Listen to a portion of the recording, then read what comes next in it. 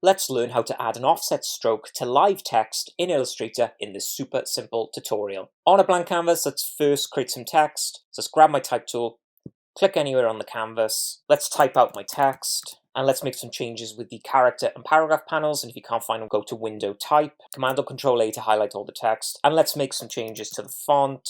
Let's center align this text and select it with Selection tool and hold Shift and Alt or Option and let's make it bigger. Then let's use the Align tool to center align to the canvas.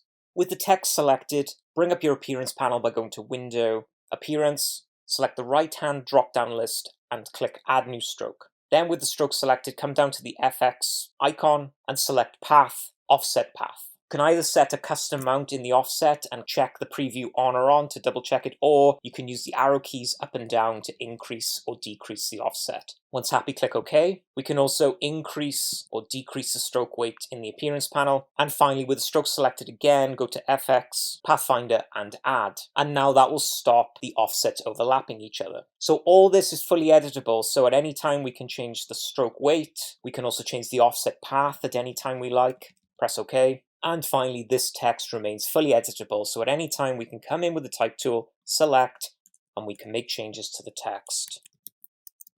And come back to the Appearance panel at any time to change the offset and the stroke weight and color. And there you have it, simple offset strokes on live text in Illustrator. I hope you found that helpful, and if you did, don't forget to like and subscribe. Thanks for watching, keep on designing, and I will see you for the next tutorial.